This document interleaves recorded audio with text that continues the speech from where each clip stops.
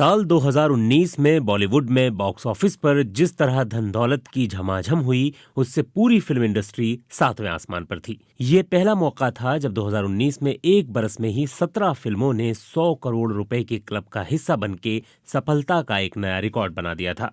जबकि इन 17 फिल्मों में से एक ऋतिक रोशन की वॉर ने तो 318 करोड़ रुपए का नेट बिजनेस किया था और उरी, कबीर सिंह, हाउसफुल 4, मिशन दंगल, दबंग 3 और भारत जैसी 6 फिल्मों ने 200 करोड़ रुपए और उससे ज्यादा का कलेक्शन करके एक नया इतिहास रच दिया था।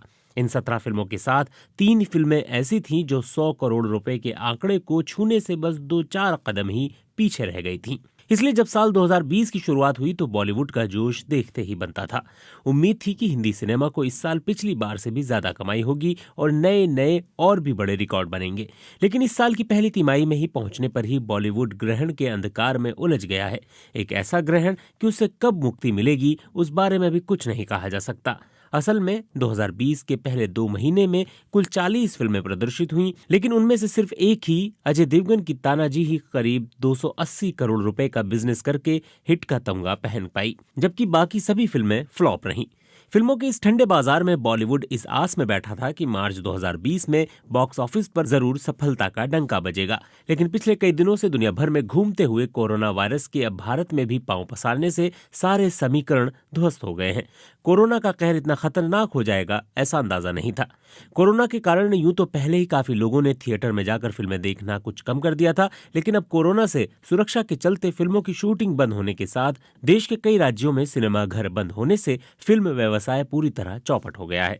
अभी तक भारत के 15 से अधिक राज्यों में सिनेमा घर और थिएटर्स बंद कर दिए गए हैं और ऐसी संभावना है कि इसकी संख्या और बढ़ेगी। हालांकि कोरोना जिस तरह विश्व के दूसरे सबसे बड़े फिल्म बाजार चीन में लगातार लोगों को अपनी चपेट में लेकर दुनिया के सबसे बड़े फिल्म बाजार अमेरिका तक पहुंच गया, तब लगा कि कोरोना हॉलीवुड फिल्मों के साथ साथ चीन के विशाल फिल्म बाजार के भी हाथ पांव बुरी तरह तोड़ देगा। इस सबसे भारतीय फिल्मों के ओवरसीज बिजनेस तो पहले ही खत्म हो गए थे, लेकिन अब कोरोना के भारत में फैलते कहर ने बॉलीवुड की कमर ही तोड़ दी है। चीन के पिछले कुछ बरसों में हॉलीवुड के साथ साथ भारतीय फिल्मों के सबसे बड़े बाजार के रूप में उभरा था, जहां चीन में प्रदर्शित होने वाली हिंदी फिल्मों का बिजनेस अकल्पनीय शिखर पर पहुंच गया था। आमिर खान की फिल्म दंगल ने जहां भारत में कुल करीब 387 करोड़ रुपए का कारोबार किया, वहीं ओवरसीज मार्केट में अकेले चीन में ही दंगल ने करीब 1200 करोड़ रुपए का बहुत बड़ा कारोबार कर सभी को चौंका दिया। ऐसे ही आमिर खान की सीक्रेट सुपरस्टार जो देश में 80 करोड़ रुपए का बिजनेस बड़ी मुश्किल से कर पाई थी, उस फिल्म ने चीन में सिर्फ 4 दिन में 190 करोड़ रुपए का कलेक्शन किया तो सभी के होश उड़ गए। बाद में तो इस फिल्म ने चीन में कुल 760 करोड़ रुपए का बिजनेस किया। सीक्रेट सुपरस्टार, दंगल और बजरंगी भाईजान जैसी फिल्मों ने अपने देश से कहीं ज्यादा अकेले चीन में बिजनेस करके जता दिया कि चीन का फिल्म बाजार हिंदी फिल्मों का एक नया स्वप्न लोक, नया माया लोक है। भारतीय फिल्मों को चीन में आश्चर्यजनक सफलता मिलने से तो बड़ा फायदा हुआ ही, उधर चीन के लिए भी ये सफलता किसी वरदान से कम नहीं थी। चीन में भारतीय फिल्मों की जबरदस्त लोकप्रियता के चलते वहां नए सिनेमाघरों की बाढ़ आ गई। चीन में जहां 2011 में कुल 9000 स्क्रीन्स थी, वहां अब ये संख्या 70,000 स्क्रीन्स तक पहुंच गई है। लेकिन कोरोना के कारण पिछले करीब 1.5 महीने से ये स्क्रीन्स बंद पड़ी हैं।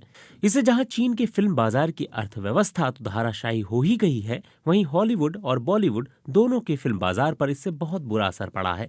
कोरोना के चलते अमेरिका, इटली, जापान, फ्रांस और कोरिया जैसे कई देशों में भी थिएटर्स को ताले लग गए हैं। मुंबई के मशहूर film trade journal complete cinema के संपादक अतुल मोहन बताते हैं कि दिल्ली, मुंबई जैसे बड़े फिल्म मार्केट के सिनेमा घर बंद होने से ही फिल्म उद्योग को सीधे औसतन 75 से 90 करोड़ रुपए का नुकसान प्रति सप्ताह होगा, जबकि सिनेमा से जुड़े रेस्टोरेंट और पार्किंग आदि का नुकसान इससे अलग है।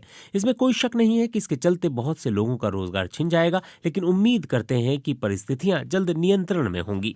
इसमें कोई शक नहीं कि कोरोना के कारण इंडियन सिनेमा की अर्थव्यवस्था ही नहीं, व्यवस्था भी बुरी तरह चरमरा जाएगी। केपीएमजी मीडिया एंड एंटरटेनमेंट की एक रिपोर्ट के अनुसार भारत में कुल लगभग 9600 स्क्रीन्स हैं। इनमें 2950 मल्टीप्लेक्स में हैं। माना जा रहा है अभी तक भारत में सिनेमा घर बंद होने से करीब 70% स्क्रीन्स प्रभावित हो गई हैं। अकेले दिल्ली को ही देखें तो दिल्ली में कुल करीब 100 स्क्रीन्स हैं। किसी भी फिल्म का कुल बिजनेस का 10 से 15% अकेले दिल्ली से आता है। यहाँ के डिलाइट सिनेमा के महाप्रबंधक राजकुमार मल्होत्रा के अनुसार दिल्ली के थिएटर्स अगर 31 मार्च तक ही बंद रहते हैं तो इन दिनों में ही करीब 100 करोड़ रुपए का सीधा नुकसान तो साफ साफ देखा जा सकता है। सिनेमा घर बंद होने से कुछ फिल्मकारों ने मार्च में रिलीज होने वाली अपनी फिल्मों को आगे के लिए टाल दिया है। इन फिल्मों में 20 मार्च को रिलीज होने वाली यशराज फिल्म्स की संदीप और पिंकी फरार के अलावा अक्षय कुमार की सूर्यवंशी भी शामिल है। इससे अब 10 अप्रैल को रिलीज होने वाली फिल्म 83 के प्रदर्शन टलने की संभावनाएं भी बढ़ गई हैं।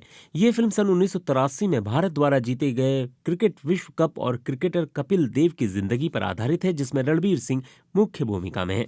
अभिषेक बच्चन की लूडो और जानवी कपूर की गुंजन सक्सेना द कारगिल गर्ल फिल्मों के प्रदर्शन पर भी सवालिया निशान लग गए हैं। इन भारतीय फिल्मों के साथ हॉलीवुड की जेम्स बॉन्ड सीरीज की बड़ी film No Time to Die का अप्रैल में होने वाला विश्वव्यापी प्रदर्शन भी नवंबर के लिए खिसका दिया गया है।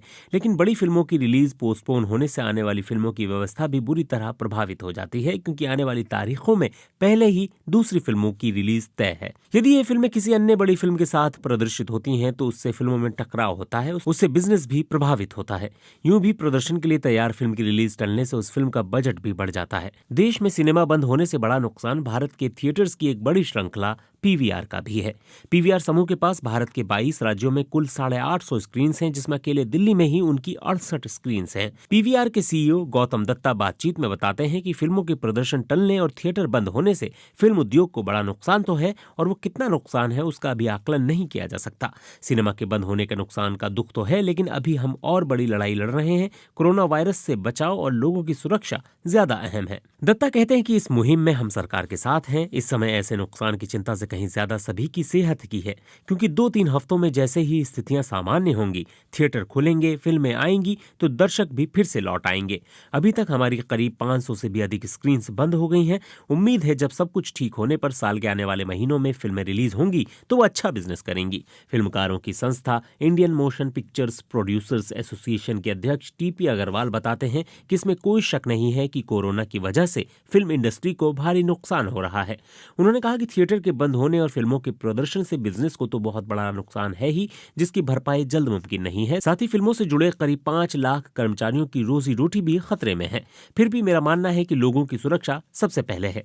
अग्रवाल ये भी कहते हैं कि कोरोना को देखते हुए फिल्म से जुड़ी लगभग सभी संस्थाओं ने मिलकर 19 से 31 मार्च तक सभी फिल्मों और सीरियल की शूटिंग पर बैन लगा दिया है, क्योंकि शूटिंग के दौरान कलाकार मास्क लगाकर ना अभिनय कर सकते हैं और ना ही डायलॉग बोल सकते हैं। ऐसे में चैनल्स का प्रसारण का खर्चा तो वही रहेगा, लेकिन विज्ञापन मिलने बहुत कम हो जाएंगे, जिससे मनोरंजन चैनल्स को बड़े नुकसान का सामना करना पड़ेगा। हालांकि सच है कि कोरोना को लेकर जो बड़े खतरे पनप रहे हैं, उनके सामने फिल्मों की शूटिंग और सिनेमा घरों का बंद करना सही कदम है, क्योंकि सिनेमा उद्योग की टूटी कमर तो देर सवेर सही हो जाएगी, लेकिन यदि कोरोना की महामारी और भी ज्यादा फैल गई तो उससे तबाह हुई जिंदगियों की भरपाई नहीं हो सकेगी।